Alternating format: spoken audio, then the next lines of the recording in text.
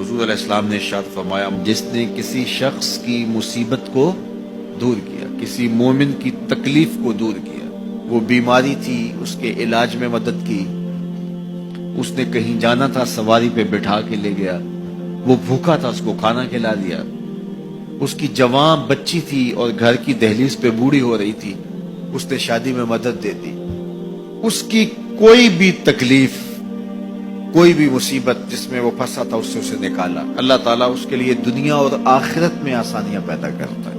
اگر آپ یہ چاہیں کہ میری زندگی سہل گزرے تو لوگوں کی زندگیوں کو سوکھا کر دو۔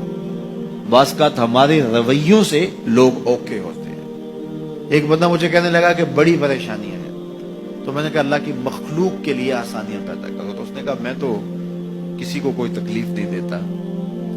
میں نے کہا کہ آپ کے گھر کے سامنے گلی کتنی چوڑی ہے؟ تو وہ کہنے لگا 12 فٹ کی گلی ہے۔ تو میں نے کہا کہ آپ نے جو تھڑا بنایا ہے وہ کتنا آپ نے بنایا؟ کہتا 3 سیڑھیاں۔ تو میں نے کہا کہ یہ اللہ کی مخلوق کو تکلیف نہیں ہے؟ 12 فٹ کی گلی ہے، لوگوں کی بیچاروں کی کبھی گاڑیاں بھی گزرتی ہیں، جنازے بھی گزرتے ہیں، اور تم نے 3 سیڑھیاں اس گلی کے اندر رکھی ہوئی ہیں اور تم سمجھتے ہو کہ میں کسی کو تکلیف نہیں دے رہا۔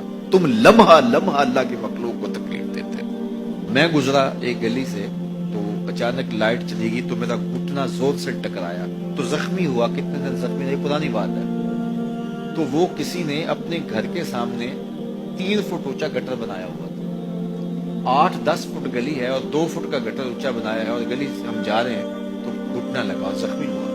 پتہ نہیں کتنوں کے زخمی ہوئے ہوں گے، کئی بیمار گرے ہوں گے، لیکن اس نے اس کو ہٹایا نہیں ہے، اس لیے کہ وہ سمجھتا ہے کہ گلی پر اتنا تو میرا حق ہے۔ ہمارے دین نے تو ہمیں کس قدر آسانیاں سکھائی ہیں، کس قدر سہولتیں ہمارے دین نے ہمیں دی ہیں، اور لوگوں کی جان سوکھی رہے، لوگوں کو تکلیف میں مبتلا نہ ہونے دیں، لوگوں کو اذیت میں مبتلا نہ ہونے دیں۔ میں تو یہ بھی دیکھتا ہوں کہ لوگ 12 فٹ کی گلی ہے اور اس کے اندر دکان ہے، تو سامنے اس طرف کا جو ہے وہ موٹر سائیکل کھڑا کر کے تو اندر سے جو ہے وہ کوئی چیز خرید رہے ہوتے ہیں، تو باہر سے کوئی بیچارہ آ کے ہارن دے رہا ہو، اب کھلو جا، کوئی نہیں ٹکالی پہ۔